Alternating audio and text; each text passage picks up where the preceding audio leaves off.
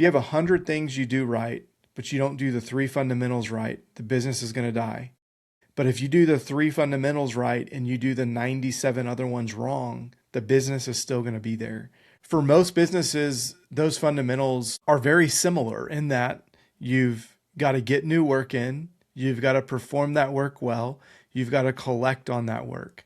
Hmm. But that's where each and every business can vary slightly is what is that exact formula for you? And if you can figure out those few things that you've got to do well and you can consistently measure and focus on doing those things well, even if you're shooting yourselves in the foot elsewhere, you can have success. Sure, we want to fix those other things at some point, but we can't lose sight of those few fundamental things. Or else, if we do, that's where you start seeing businesses really, really struggle.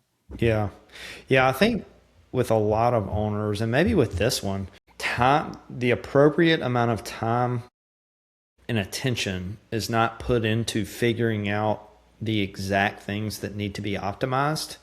Mm. And so people just start grabbing things to optimize. And sometimes they get it right, sometimes they don't. But more times than not, there's not that many things that really move the needle. And so Yeah. if you're not optimizing the right thing, it doesn't work. You're doing a lot of work, but it just isn't impactful. And so I think for so many businesses, and we see the people who don't give the time and attention, it's not an intellectual constraint. It is they're wearing 12 different hats. And so there has to be intentionality to say, what are the at most handful of things I need to optimize in my business? A lot of times it's probably 2 to 3 things that if you can optimize those, we can have duct tape and zip ties on all the other stuff because it frankly just doesn't really matter all that much. And so I think that's where the more conversations we have, my thesis is that's where we can add the most value is helping people optimize, figure out the things they need to optimize and help them think through how do I optimize those? Yeah. You said earlier you don't have to be smart. And in some ways, I think being smart can come as a detriment of being Without able to question. focus on the right thing. Because I'll tell you, and I'm calling myself smart here, so I'll call myself out first. But my problem is I want to optimize everything at once. Mhm. And Yep. that is to a detriment because then it's very easy to let the actual essential thing go because Mm. you're too busy focusing on we're going to do everything. And I think in some ways, I wouldn't say that that was this business's problem. They weren't focusing on anything. It wasn't that they were focusing on everything. They were really just not even focusing on anything. And everyone had their own agenda and they weren't a team. So it's like, if I were to summarize from my perspective, I would say, well, I'd love to hear yours. Is like if we could sum it down to like if you could solve 1 to 2 things for them that would have changed their business, what would you say that 1 or 2 things would be? Is you can just a magic wand, wave that wand, and that would be fixed for them, and they Mm. would now be successful. What would be those 1 to 2 things? I think the number one would have been really getting focused on their jobs, like their current work, to Yep. know. I don't think they even knew what kind of work they should be chasing. So even if they had a whole lot of stuff in the pipeline, I don't know if they knew whether that was the type of work they should be going after or not. So it would have been very much digging into the job, and that's a very wide ranging topic, of where are we in jobs, how profitable are we with jobs, all of that.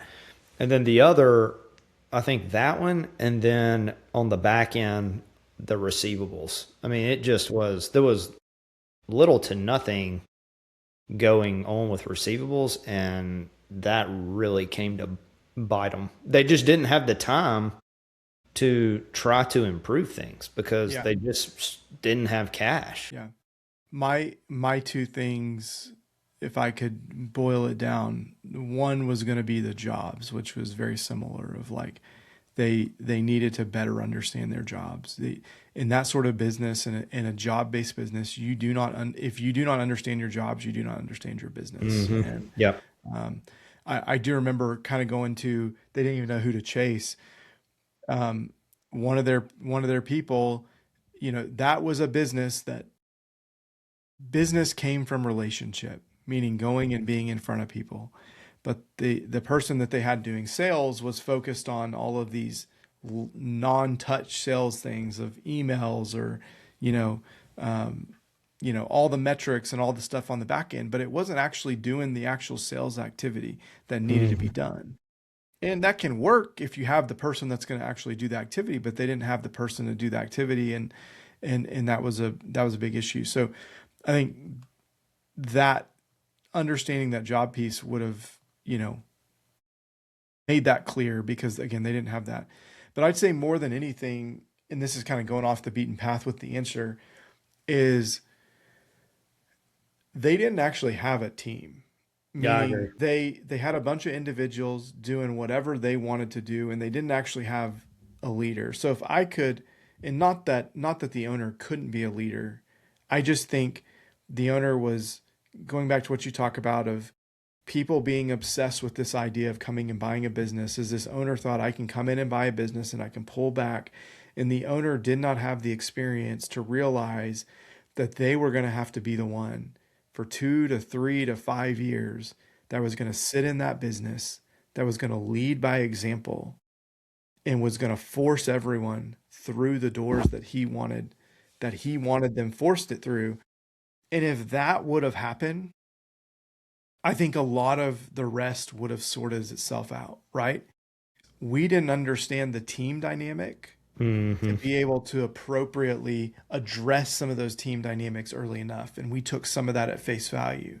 So if I could go back, it would be understanding that team dynamic more quickly, Yeah. forcing that to a head. And then if that's forced to a head, even if that owner doesn't come around to what we need, we at least have a lot clear answer a lot more quickly that this is not going to work.